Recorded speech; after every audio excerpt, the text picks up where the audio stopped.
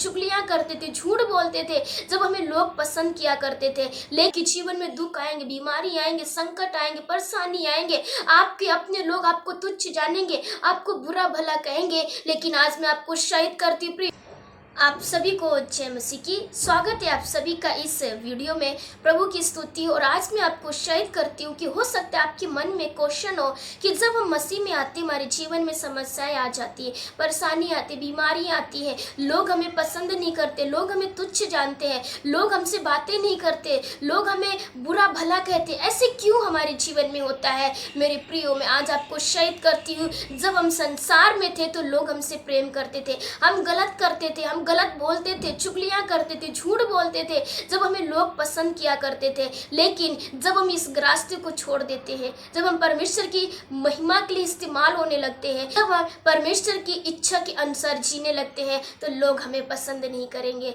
जब हम अच्छाई के साथ काम करने लगते हैं तो लोग हमें पसंद नहीं करेंगे। तो आज मैं आपको शायद करती हूँ मेरे प्रियो, ने आपको चुना है और परमेश्वर ने आपको बुलाया, आपका नाम लेकर बुलाया, आपका अभिषेक किया है, आपको परमेश्वर ने संसार से अलग कर दिया है ताकि आप अंधकार में ना चले, आप ज्योति की संतान बने, आप पृथ्वी के नमक बन जाए। एक वचन हम देखेंगे, मत्ती रचित सुसमाचार 18 अध्याय के 11 पद में इस प्रकार से लिखा हुआ है, क्योंकि मनुष्य का पुत्र खोए हुओं को बचाने आया है। आमीन।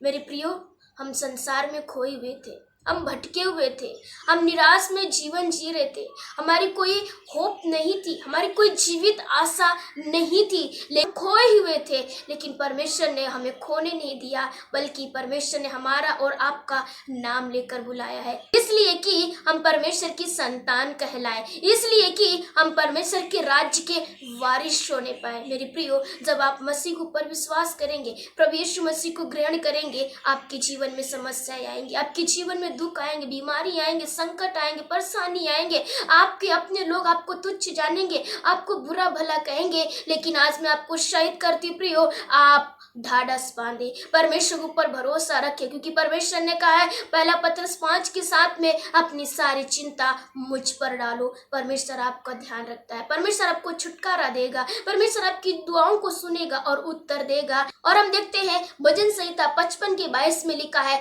अपना बोझ मुझ पर डालो। परमेश्वर आपकी बोझ को उठाना चाहता है। मेरे प्रियो, परमेश्वर आपके साथ है। मेरे प्रियो, परमेश्वर ने आपको चुन लिया है। मेरे प्रियो, परमेश्वर ने आपको संसार से अलग कर लिया है, इसलिए कि हम ज्योति की संतान बन जाए, इसलिए हम लोगों को बचाने वाले बन जाए, इसलिए कि हम परमेश्वर की महिमा के लिए इस्तेमाल हो जाए। जब परमेश्वर ने आदम और हवा को बनाया, इसलिए कि वो परमेश्वर की संगति में रहे, इसलिए उससे वो परमेश्वर से सहभागिता करे, परमेश्वर की उपस्थिति में बैठे, परमेश्वर के प्रेम को समझे। लेकिन परमेश्वर के प्रेम को उन्होंने तुच्छ जाना करे, परमेश्वर की इच्छाओं को पूरा करे, तो परमेश्वर आपके जीवन में जरूर आपको छुटकारा देगा। जब हम मसीह में आते, हमारे जीवन में दुख आना आवश्यक है, क्योंकि हम खरे उतरते हैं, हम विश्वास में खरे बनते हैं, हम विश्वास में आगे बढ़ते हैं।